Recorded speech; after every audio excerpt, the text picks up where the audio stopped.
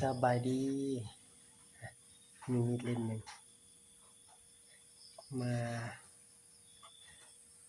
มาขายนี่มันจะมีตำหนิอยู่ฝักนี่นะเป็นหอยด้วงเจาะกับด้านนี้คบแห้งโหดนะหนีบแห้งโหดงางในหนึ่งแน่นๆเลยเป็นทรงใบเข้านะราคาแมนชื่อ350,000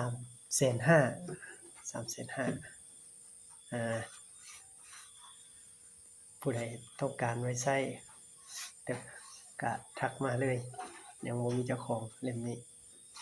350,000 กีบบ่รวมส่งบ่รวมส่งนะยังบ่ได้ทาน้ำมันก็ถือว่าใช้ได้อยู่นะเพียงแต่ว่าบ่นี้นะ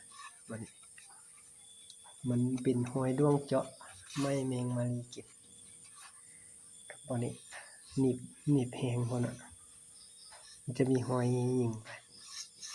แต่บ่เป็นหยังนะมีแต่ปักเฉยๆดวงแม่นคัดขาวแล้วก็เปิดคมแต่ถ้าน้ำมันกันยิงไว้ให้ท่านใดสนใจก็ทักมาเลยเด้อ 350,000 กีบ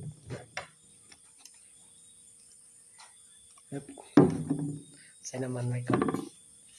เพื่อว่าจังค่อยงามน้ำมันแม่นน้ำมันพืชต้องเปลี่ยนตัวใหม่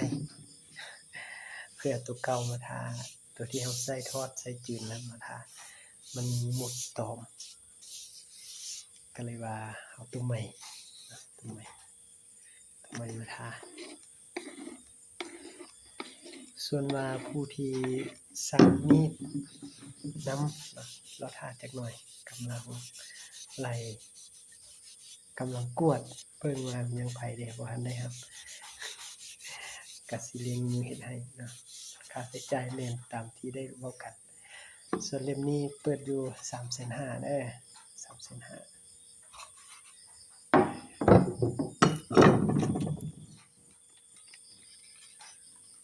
สีใส่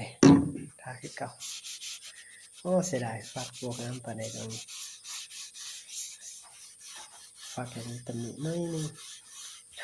บ่น้อยเลยเนาะมันอยู่ในเว้ย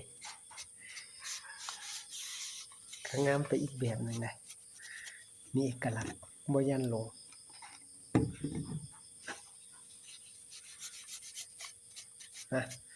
คนใดอยากได้ไปใช้ก็ทักมาเลยนะยังบ่ทันมีเจ้าของตัวนี้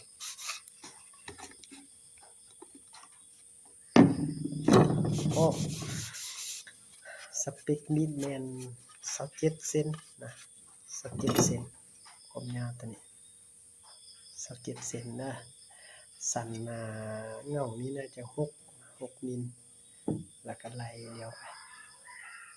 บอลกว้างนี้น่าจะ5 มิลนะสัน6กว้าง5ยาว27น่าจะพอดีใส่ฟันไม่ใหญ่ก็น่าจะโอเคอยู่อีกร้านหนึ่งครับ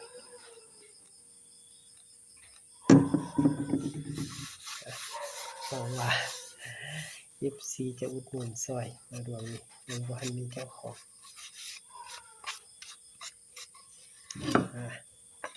ฟักก็ถือว่าแน่นขอบใจ